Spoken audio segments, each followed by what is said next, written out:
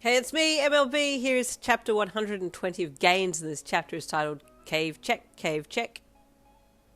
Both boys were in a bit of a flustered state as they prepared for the launch, and then Bakugou threw one hand back and detonated his quirk, sending both boys up the side of the waterfall and landing right next to you. You grabbed onto both of them to steady them, but they had pretty sure footing and didn't need the extra help. That was so manly, Kiri said, letting Bakugou go and scratching the back of his head a little awkwardly. He was now a bit self-conscious when close to the blonde, especially after the chat that they had had in his room earlier.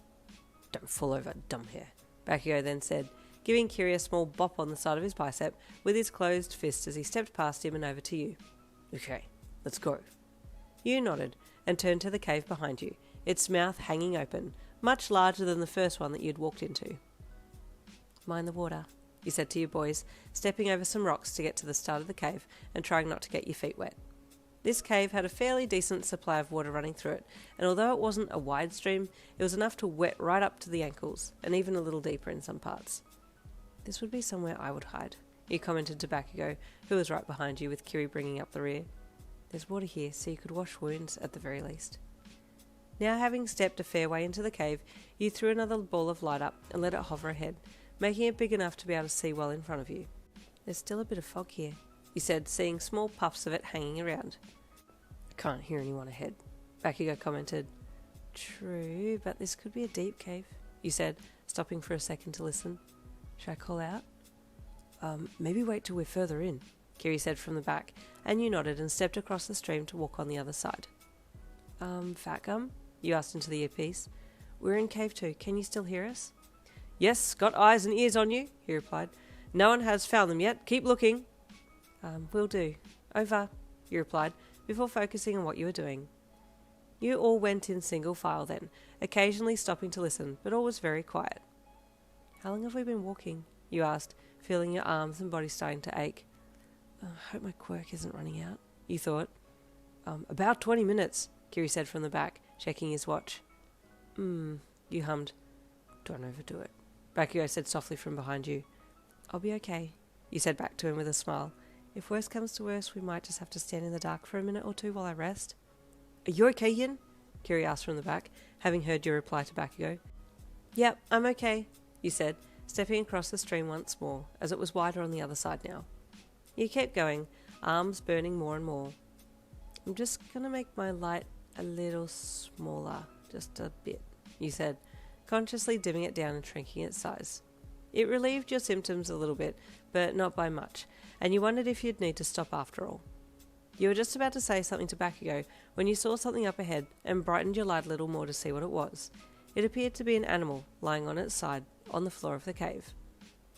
Wait, there's an animal here, you said, slowly approaching it.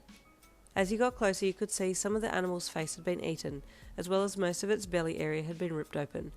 But although it was badly mauled, you could tell it was a little weasel of some kind. Looks like a fresh kill, Bakugou said as he stepped up beside you to take a better look. Oh, poor thing, Kiri added, also stepping up on your other side to take a look. What do you think killed it? You asked, looking up and around the cave. A small animal, Bakugou said. You hummed, looking back down at the unfortunate creature. Okay, should probably keep an eye out then, he added, stepping over the deceased weasel and continuing on. It was only a few more steps in, though, before you heard a small screeching sound and you stopped. What's that? You whispered to Bakugou. He looked ahead, trying to locate where the sound was coming from.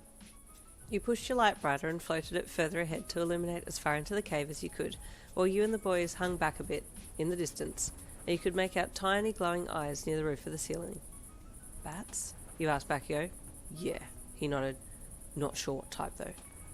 Is there a concern? You asked.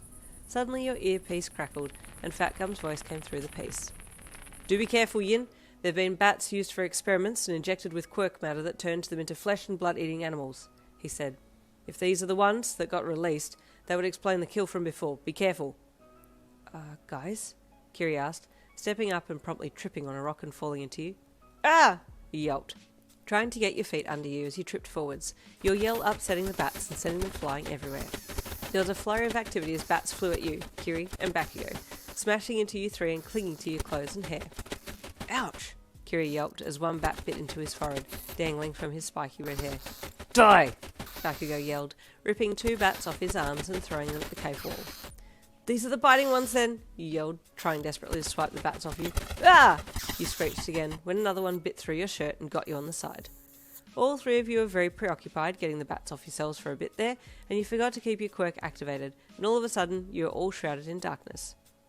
Stay close, Bakugo called to you, grabbing for your arm and pulling you in so he could smack bats off you as best he could. E, you okay? You called to Kiri, who you could still hear fighting bats off him. Yeah, I think so. I think I'm okay. They're going away now that there's no light, he said. I think they need the light. Well, that's not good, you said, feeling yourself over now that Bakugo had gotten all the bats off you. How are we supposed to keep going in the dark? E, dumbass, use your quirk. Bakugo snapped at the redhead in the dark.